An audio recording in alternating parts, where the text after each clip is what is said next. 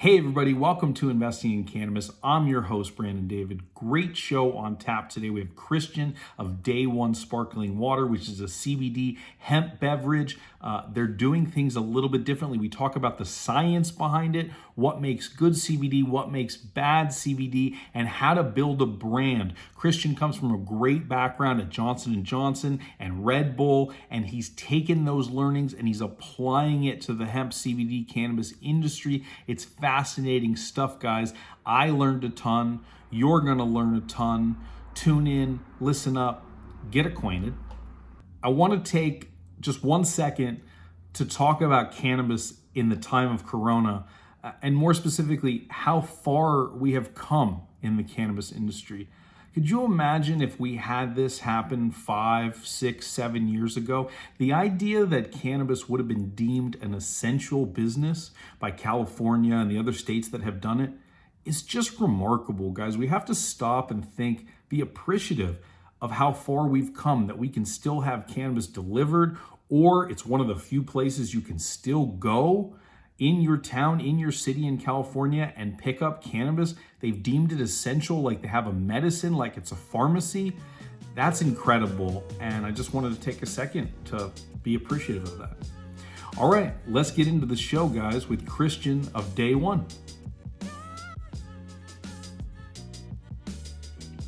Let's just get started on an easy one. What is Day One? So Day One, it's new sparkling CBD water. As you already mentioned, created in Los Angeles, proudly made in California. And it's a fantastic product that we launched last year. It comes in 3 flavors, comes in lime, lemon, and grapefruit. I have the grapefruit here. Yes. It's very nice. I've had this before. I've had the just the lemon one before that I just bought locally here. And it has a very light flavor to it, which I really appreciate. Some of them are just over flavored. Do you find that too? Correct, yes. Yeah. So when we were building the brand and the product, most importantly, I would say the product, what we thought about was we knew that CBD, and we're confident that CBD is going to be a huge category. It's already happening as we speak in the market. But the most important thing was thinking about what type of products would resonate with millennials and Gen Zs, younger consumers that are looking for healthier, better for you, and great tasting types of products. Mm-hmm. So we decided to go with the sparkling water, which is a very effective way to take CBD. Yep. Very refreshing, and you can take multiple times. It is very refreshing. You can drink a number of them. I think the last time I had it, I had maybe 4. So you can drink a lot of them. 20 milligrams. How did you get to that amount? How did you get to that dosage? Why 20 and not? Yeah. So obviously these are the early days of CBD. There's not yet a lot of regulations or recommendations from the FDA and so on. What we have heard from some research groups and people in the industry is they're recommending an average of 130 to 150 milligrams per day. Mm-hmm. We didn't want to put all that in one can. We believe that consumers are taking CBD in different parts or consumption occasions of the day. Could be in the morning or in the afternoon, like right now that you're taking the product. So we believe that by having 20 milligrams, it's a good amount if you're taking 2 or 3 cans a day plus, let's say, a tincture or another type of CBD product. Yep. You can definitely have the 130, 150 milligrams that you need per day. And I know that there's no THC in here. How should somebody expect that it interacts? I smoke weed all the time, right? And so when I drink one of these drinks, should I expect something different than if I had consumed it totally sober?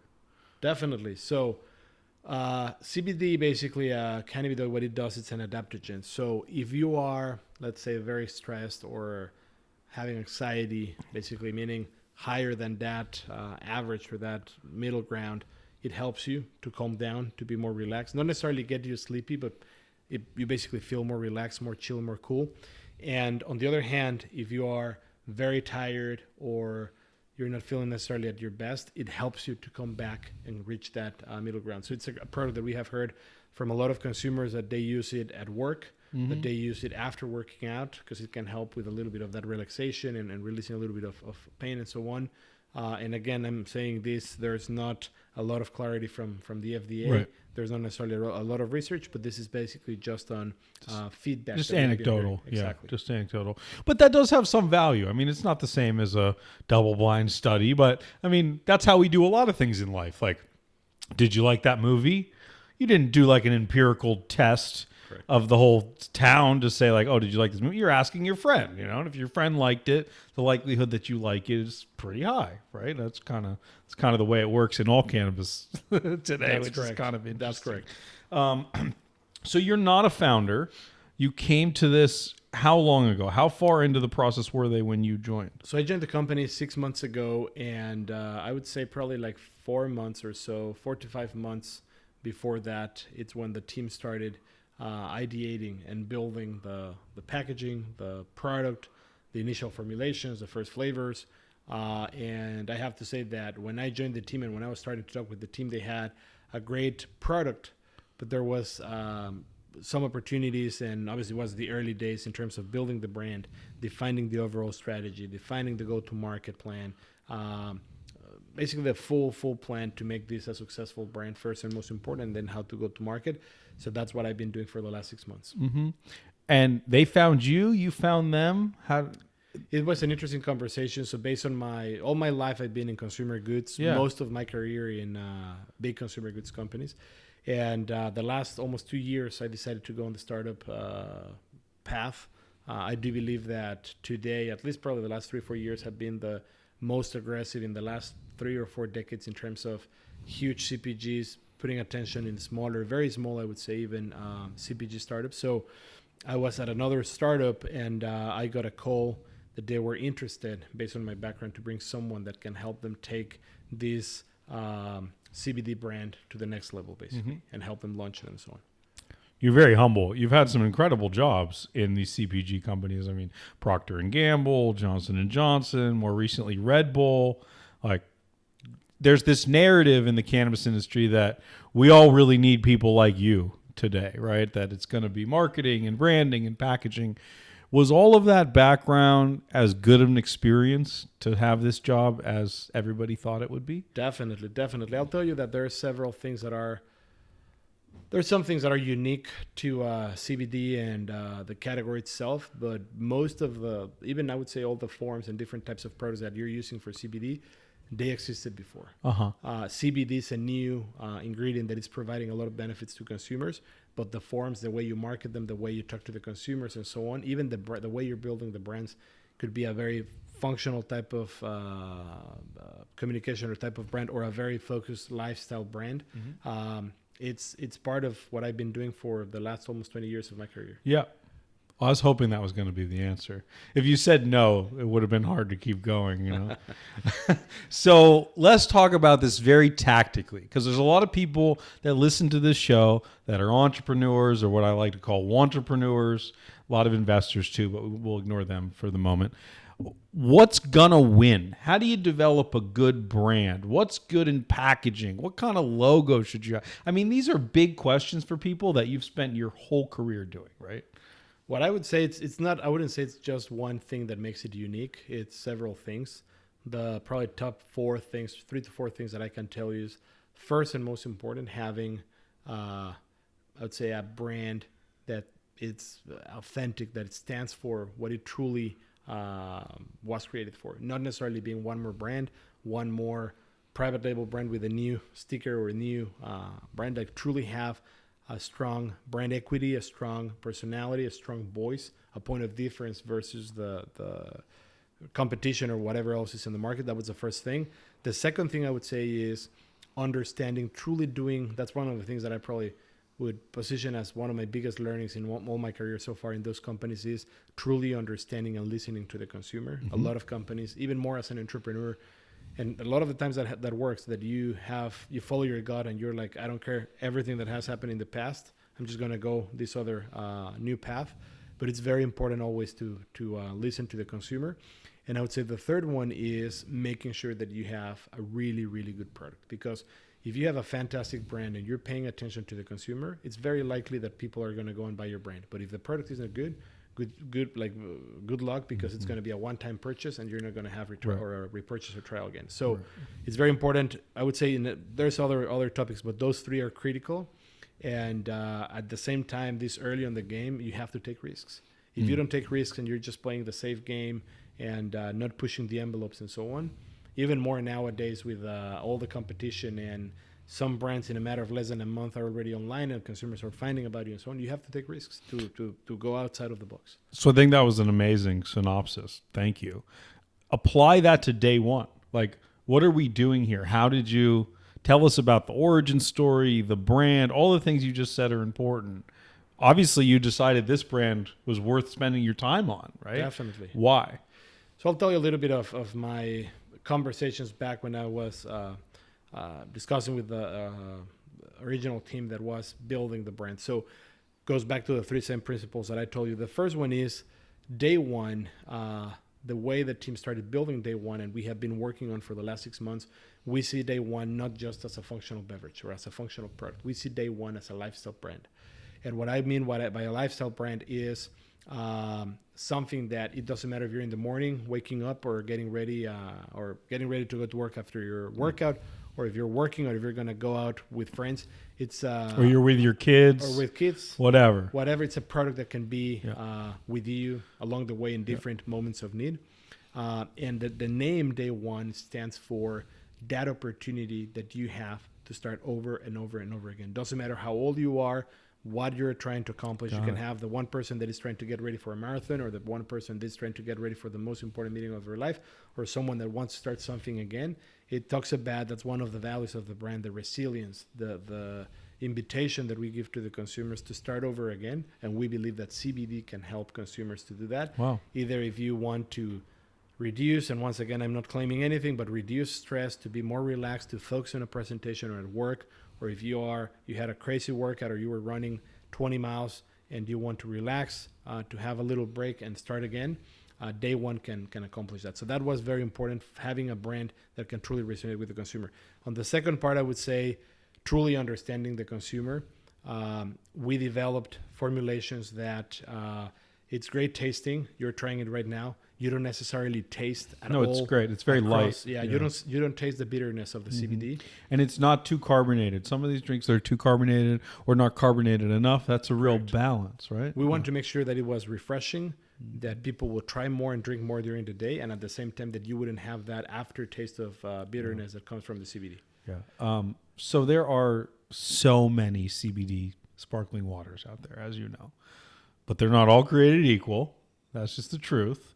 There's some that I do really like, though. There's some I really like. How do you cut through that noise? I mean, if you are in California today, you have no idea what's going on. CBD hemp, or CBD hemp, CBD from hemp, CBD from cannabis. Adaptogen is this word everybody's throwing in now. You know, how do you get this education out there? Because I think for a lot of people, they're like, wait, like, do I get high? No. Oh, it doesn't get you high? Okay, then why do I want it? Like, you know, there's just so much misnomer out there, so much miseducation, I think. Yeah, there's a clear gap in terms of CBD understanding and where the CBD come from, and difference between CBD and THC. There's a huge gap, as mentioned. I do believe this is up to the brands and the manufacturers to take a step ahead and educate the consumers. Yeah. I don't believe that probably for the next year and a half, FDA or local authorities are going to do a lot. Why? Because the reality is, budget-wise, you heard this on the news on Monday, for the first time, Trump's team basically provided $5 million to the FDA to finally move forward with the research and close the last, hopefully the last gap that we all need in the industry. So I don't believe that they're going to be very proactive. But on the other hand, it's up to the brands to educate the consumer, to tell them the benefits from CBD and how you can use it. But how? You can't do a lot of digital advertising, right? It's tricky in that way. Everybody's taking out billboards and sponsoring music festivals, but there's so little ROI from these things. How do you measure how you're doing? How do you measure this? I would tell you, going to the basics. That's always marketing. Some of the most successful, and I can tell you this, some of the brands that I worked in the past, multi-billion-dollar brands, some of the most successful marketing tactics that they do go back to the basics. And what do I mean by basics? Sampling. If you have a really good sampling interaction with a consumer, with someone that is educated representing your brand, that tells them what the brand stands for, what is the product, what is CBD, and what CBD can do for you in a very short, still effective One-on-one. conversation. Conversation. It's better that you invest that minute and a half or 2 minutes with a consumer, having a good conversation, and most likely you're going to convert that consumer into a brand loyalist than being at, I don't know. And does that need to be a station. hot girl? I think it depends per brand. Some brands are probably more. I remember back in energy drinks, it's a category that definitely has opportunity to have a more, I would say, experiential type of moment with the consumer. But if you're talking, I'll tell you the other side of the spectrum with working with brands in the past like Oral-B. If you tell me it's the best thing to do to have an attractive guy or girl or so on, talking about the brand, no. You need someone that can truly be backing up the science. Someone that's in a white coat, you know. Correct. But education doesn't matter if it's Oral-B or if it's an energy drink or if it's a feminine hygiene product that I worked in the past as well, which is funny being a guy, but it definitely makes a difference. And that's how you start driving a lot of loyalty. Trial is critical. And again, what about day one? Is there a street team? Yes, we are. Once again, it's the early days. As you already know, we launched the 2 new flavors less than a month ago, and we're expanding very aggressively into several states that we'll discuss in a second. But the sampling is for sure one of the most aggressive. We already started doing sampling here in Southern California. Cool. But you're going to see more of those street or non-traditional teams reaching more consumers across multiple states. Got it. So you brought up distribution. Let's talk about it a little bit. The difference here, of course, is unlike THC products, you can put this a lot of places. And I bought it several times in different corner stores. And I mean, I live pretty close to where you guys are based, right? But what's your reach like today? And how rapidly can you scale that?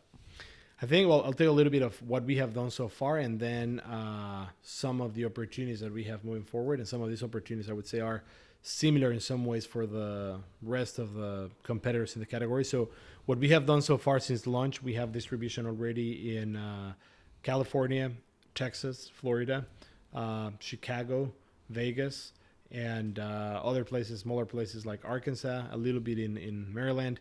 And we're having conversations at least in 6 to 7 different states. Most of them are going through DSDs or distributors that are helping us expand and cover or reach to more stores, basically independent convenience stores and independent stores, grocery stores, and so on.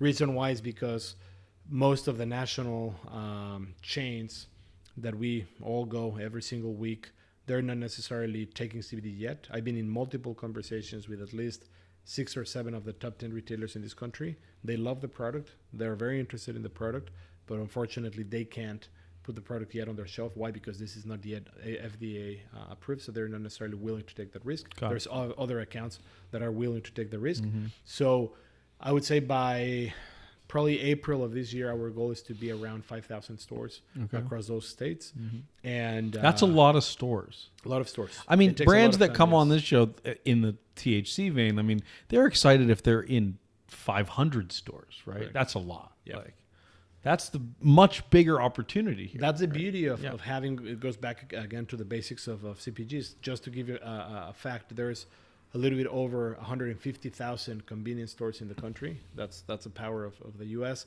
Mm-hmm. And a little bit over half of that are independent, basically mom and pop stores. So obviously on the one hand, you have big chains like a 7-Eleven or a Circle K, a Chevron, Wow, and so on, that they're not necessarily taking CBD yet because of all these regulations. But on the other half, you have 53% of the universe or all these stores that a big chunk of them are willing to take it, and they know that consumers are asking for it. The reason why they're putting on the shelf is because they see the consumers coming to the stores and they're like, hey, where's your CBD? Where's your CBD beverage? So they're, a lot of these stores are, when I was the last couple of days with a distributor riding their vans and visiting several stores, there's not necessarily a lot of objections from the retail store owners and from their store clerks and so on, because they know that this category is booming. Yep. They have other considerations like, hey, what type of promotions do you have for me? Sure. Or how are you going to help me? Or what different flavors or this or that and so on. But they're bought into But they know CBD that CBD drinks. is the next big thing. Yeah. It reminds me a lot, I'll give you the side comparison, when energy drinks started in 1997. Obviously, I was not part of Red Bull back then, but I've heard this through a lot of colleagues that used to work with me. They were going to visit stores And the goal was to have 3 facings of Red Bull, the original, the 8.4 ounce, on the shelf. And that was the plan. If the store said, no, I'm just going to give you 1 facing, they would say, well, I'm sorry, but I'm not going to sell you the product to the store. It's either this or nothing.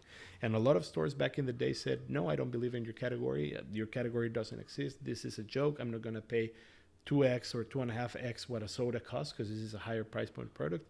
Get out of, sometimes even like, get out of my store. I don't want to talk with you. And in less than a year, a lot of those accounts were like, hey, Red Bull guys, can you come back and so on. So they create a category. And this is already happening with CBD. It's I wouldn't say it's a new category. It's a new, once again, ingredient that is providing a lot of benefits across multiple forms. Right. And the beauty is that a lot of the retail owners and the people in the retail stores are aware of this.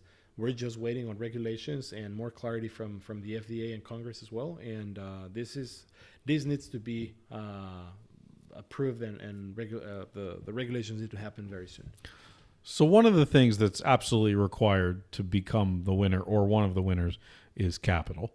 And you guys have kind of an interesting structure to how you've done this. Can you explain a little bit who you're owned by and how it works that way? Definitely. So we're part of a private equity fund, and there's investors as part of that group. And within that group, it's pretty important to mention this because that makes us also unique in the category, at least within beverage. We don't only do CBD products. We have, as part of the fund, we have our own hemp farms here in California, and also our extraction facilities. Okay. So the goal, I can't officially say we want to be 100% vertically integrated because obviously we don't own the manufacturing of the product, but we want to integrate vertically as much as possible to provide obviously the best cost to the consumer, and at the same time to make sure that the CBD and the technology that we're implementing in our products is best in class and providing, once again, the best experience to the consumer. Mm-hmm. So how else does that benefit you, or I guess not benefit you, being a part of this much bigger fund? Are you as nimble as you could be, provided you kind of have this parent company? I would say it's a huge benefit. Yeah. Because you get a lot of cross-functional support. Obviously, when you're in a startup, you have limited capital that you can invest in different roles. Having a bigger company where you can have some financial support or even accounting or legal, it's a huge critical benefit that we're getting, from the fund. We get this type of support on the one hand, and then on the other hand, having the opportunity to have a team that every day, it's like a sister company of the one that I lead, that they are working on seeding hemp, and then another company extracting the hemp and so on, and they're helping you to achieve low costs, and at the same time they have a huge network of other vendors and so on that you can leverage. It's basically like joining a club where you have access to a lot of information that if you were just on your own, as other companies are, just on your own trying to reinvent everything from scratch, you can leverage those capabilities a lot. And this is an expensive category, right? You need a lot of money to do this well. There's been a couple companies that have gone through traditional sort of technology incubators or accelerators. And I think they found out very quickly that it's not like having a tech company, it's just very different. The challenges are different, requires more upfront capital. There's more risk in the sampling and all these different things. I mean, it's tricky. It's tricky what you do, my friend. Okay. So we talked about distribution. Tell me a little bit about sort of the sell-through and how that works. I mean, what are you looking for? And I guess this is just CPG in general, right? Not just CBD, but like how quickly should it sell through? And when it doesn't sell through, what does that mean? What do you do then? Well, if it doesn't sell through, the answer is like, thank you for your business and don't come back again. But could it be that store wasn't a good fit? Ideal. Totally. No, I would say at this point, as of today, not every single convenience store in the country will be successful with CBD. Why? Because obviously, if you see some of the research in terms of CBD awareness in the country, the region or the region, you can say geographical region, that it has been leading the game and setting the standards across CBD is the West Coast, even more California. California and Oregon are leading the ways. Washington, you already know the all the regulations and bans that they have and so on. But it's been West Coast mainly and younger consumers. So if you go to stores potentially, let's say in central United States or more in the South or some other places, even here in California, that are not necessarily as aware of CBD, and CBD, as you already know, tend to be expensive products, It is it's going to be expensive. difficult for someone, let's say, in an area that probably are not as aware of CBD, that they don't necessarily have, let's say, middle to higher income to pay a beverage that is probably $4.99. And forget a beverage. If you go with some of the tinctures or serums on topicals that use CBD that are some of them $140, $150, very few of them can pay for that. So I would say in terms of the expectations, what we have been seeing from convenience stores and other outlets, every single channel has different velocities and expectations. They're very similar to other beverages. I would say if you are on average for a CBD beverage selling, I would say north of probably 36 to 40 units a month. I would say you're in a decent position, meaning like you're surviving and you can definitely stay on the shelf. Got it. If you're under that, it depends, because some products, the beauty once again of CBD has high price points. So for every single can that you sell of Day One or other competitors, you have to sell 2 or 3 of other brands. Why is it so expensive? Just because it's cool right now? Is there any good reason? The cost of CBD, and it's been decreasing, fortunately, in the last months. By a lot, though. A lot, but still is very expensive. I can tell you that probably most likely for most of the competitors, the number one, once you dissect the product, the number one driver of cost, even more probably than packaging still, so today is CBD. That's going to change in the future. It's just demand and supply. And at the same time, the technology that comes with making sure that the CBD can be water soluble and the emulsifications and so on. It's not as simple as just grabbing a tincture and dropping Of course CBD. not. No. That can apply if you're doing an orange juice here in the morning and so on, you can do it. But if you want to have a product that it's shelf stable, that you can ship and it's going to stay on the shelf with a long life. And is this something you guys have done internally? Definitely. We have been, I can't say the names of major top 5 national retailers that we have been in conversations with, but we're working collectively with them to make sure that we have the best type of ingredients, that we have the transparency to the consumer. You can see it here. This is not unique to us, but the QR codes that come in every single one of our products, you can track them. And based on the lot or the batch number that we have in the bottom of the cans, you can see that if this, let's say, lime can had 20 milligrams of CBD, you can search it online and you can find the certificate of authenticity, the COAs, that proves that. And at the same time, making sure that the shelf stability is there, because there's been, I would say, probably over close to 2/3 of the brands in the market, and we have heard this from at least 3 to 4 different testing facilities, different companies that test all these brands. Close to 2/3 of the brand in the market are non-compliant. And some of them are selling products to consumers. And that's one of our promises, that if we're going to be selling products to consumers and we're saying we have 20 milligrams, we're truly delivering those 20 milligrams to a consumer. Give me a sense of the scale today. Like, how many people have ever tried one? Based on the research that we have seen, this is across all CBD, not necessarily just beverage. Okay. I would say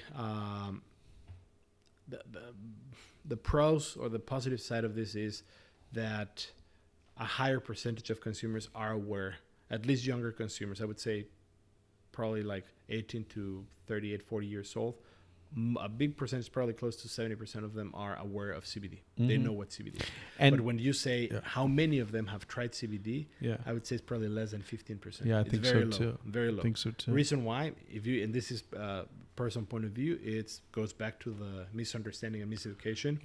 There's this misunderstanding that CBD is THC, that CBD is going to get you high, that CBD has psychoactive effects, and it's not necessarily the case. So it's going to take time. It reminds me a little bit of energy drinks, that there's a lot of myths about energy drinks at the same time, and it's not something that you change. Educating consumers from a marketing standpoint, it's always the most expensive and one of the initiatives that takes the most amount of time, meaning most amount of time or a long time is 5 plus 10 plus years. Well, I think, look, this isn't something you can talk about, but I can. I think one of the huge successes of Red Bull as an energy drink was mixing it with alcohol. And again, I know you can't say this, but I certainly put these in all kinds of different things, in tequila or vodka or whatever, and they're quite good. So it may need to hit that sort of, you know what I'm saying? Like that's sort of the virality of what happened with Red Bull and others, is they were like, oh, wow, well, I can drink and be fucking stoked the whole time, you know? Like, so I don't know, maybe that's a thing. It is. I'll tell you a little bit of consumer feedback that we have been receiving. Several accounts are very interested. Some, like let's say cafes or non-traditional type of accounts that some of these owners have, also bars and things like that. They are very interested in having. Some of them already have CBD products on their menus. Reason why is because some consumers that are, let's say, during a happy hour or a Friday night, Saturday night, or so on, they're going out and they're looking for something to drink without alcohol, either because they're in a diet or they don't want to drink, or probably they're hungover, or whatever it is. Something that helps them feel better, feel chill, relaxed, or more calm, and without drinking, and like something just to drink too. Exactly. I had a boss that had to like wine and dine people all the time, and he used to put like a little bit of apple juice in like a rocks glass, so like looked like he was drinking all the time, you know. And it is, you're right, it like gives you another alternative. It's like, okay, and look, I don't give a shit. I don't drink that. I don't drink alcohol that much. But people, there's a lot of pressure, and if you can say, actually, like, I'm having this. This is cool. Do you want one? Like, you can totally deflect that conversation. Definitely, you know? and even more with younger consumers. There's a lot of research that has. You have been to be published. 18 to buy this. To be 21. There's no clear regulations. We're targeting always people over 18. Yes, from a CBD standpoint, and yeah, I would say it's something that is coming soon, but it's Unclear today. It's part of. So if a high school kid goes into the corner store, can they buy a Vibes? Can they buy a in a theory, day they one? can buy it. Yeah. It's up to every single store. Got it. To Got it. once again, there's not a lot of regulations or control. There's I no would say, guidance. Yeah, there's guidance no and so guidance on. on it. But I would say there needs to be just for the sake. Well, this has been really fun, man. I'm really glad that we had a chance to catch up on this. I want to switch gears just a bit and kind of find out just a little bit about you. I like to talk about sort of what's behind the business and the executive. You said you're from Mexico City, right? That's right. What do they think about CBD drinks in Mexico City? There's been a lot of momentum. It's very likely that probably even before summer, Mexico as a country overall approves CBD, very similar to the U.S., even probably a step ahead of the U.S. by even sharing more clarity in terms of ingestibles and other types of forms. This is something that Congress in Mexico has been working. There's some things that have been shared on the news and so on that ideally this is going to happen by end of March. It may be a rumor, may not be, but they understand the potential. There's even some pretty interesting business people that I know over there that are investing aggressively in hemp and farms and so on because they know that this is going to be a big boom. And it's not only in Mexico, I would say in other countries like Colombia, Brazil, the UK, Thailand, Japan. They're pretty open. See, Even this is the Germany- wild part Germany, about some of the Asian countries, though, is like cannabis. They kill you. They It's give banned. you 700 lashes or whatever. So how are they open on hemp and CBD, but they literally murder you over? It's the same thing, you know. Anyway, It's the benefit. The I would say benefits of one versus the other. It's different, I would say, in some ways, but from it's overall, different, but it's the same plant, you know. Yeah, it's I'm not the expert, The but botanist. it's like it's a different part strain, of the same right? family. No, it's like saying oranges are okay, but not mandarins. Correct. That's what it's like saying, Correct. you know. Or tangerines, whatever you want to Yeah, call it. Yes, I it's completely- nonsense, completely agree. you know. But there's more. Some countries are already starting to be ahead of the game versus the U.S. Yeah. Germany, I would say, is gonna sooner than later be one of those. Yeah, Germany already approved pharmaceutical level CBD across. There's even some companies. I'm not gonna say names, but some big pharma companies that are interested already, and they're doing research on Sure. CBD from a pharma level. So it's just a matter of testing and understanding. They see the benefits from CBD, and it's just a matter of regulations and what to do and not. So I've heard other CBD companies say that they hope that this is sort of the into a larger cannabinoid market, meaning other cannabinoid, THCA or CBG, or Correct. there's a bunch of them. Do you guys foresee that? Are you going to have products with other cannabinoids? We are totally open. We believe that that's going to happen. We believe, and there's a lot of, you can Google it and see many early stories about the benefits. There's some that are even really good in terms of energy. They say that even one of them could potentially change the game across the entire multi-billion-dollar energy drink industry. Some that are very focused on pain or in sleep. Once again, I'm not claiming anything. It's just some of the information out there. Yeah. But I do believe that it's going to get to that point, that with science, you can get to a point that you have a very, very specific, highly functioning cannabinoid that you can use for specific needs. Mm-hmm. And that's truly when the projections that we even have for CBD today, if we're able to get it to that point, and if we get all the support and regulations from local authorities or federal authorities, this could be way higher than or way larger than a plus $20 billion industry. Mm-hmm. Oh, yeah. Definitely could be bigger than that. Yeah. So you're very familiar with corner stores or bodegas, right? These bodegas, these corner stores, they have these neon signs that are open 24 hours a day. If you had a neon sign above your head all the time, the rest of your life, what would it say? That's a great question. That's a really good question. Made me think. I would say it's gonna sound cheesy, but it's part of where I find passion in life is helping others. So here to help or something like that. That's not cheesy at all, man. That's wonderful. Yeah. I think that's a great place to wrap up. Thank you so much, Perfect. man. Pleasure meeting you. Pleasure having you. It's a wonderful drink. Good luck to you guys. Thanks so much. Yeah. Anything that we can do for you, anything we can plug, go to the website. Are you hiring anything? How can we help? I would say, help. The first thing is help the entire industry by believing in CBD. There's benefits behind CBD that people already, without us truly pushing behind them, naturally and organically happening. So give it a chance and support this, because this is helping local communities, states, countries, and so on, to provide a lot of jobs and support the economy. So that's the first thing. And the second thing, I would invite people to try the product, to let us know what they believe about the product.